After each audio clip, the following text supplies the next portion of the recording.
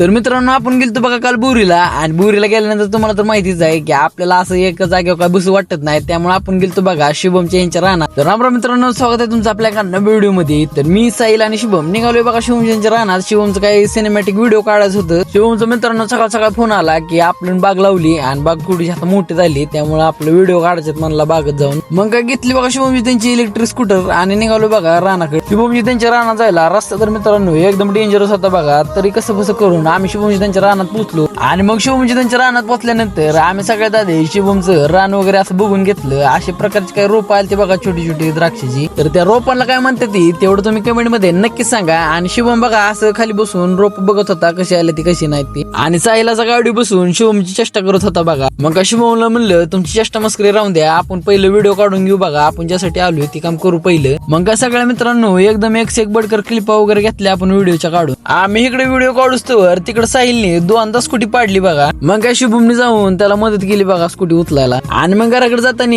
शुभमचा सायरड मधल्या परशागत असा व्हिडिओ घेतला बघा पळताना. तर मित्रांनो व्हिडिओ आवडला असेल तर व्हिडिओला लाईक करा आणि आपल्या आयडीला तेवढं फॉलो करून नक्कीच जावा.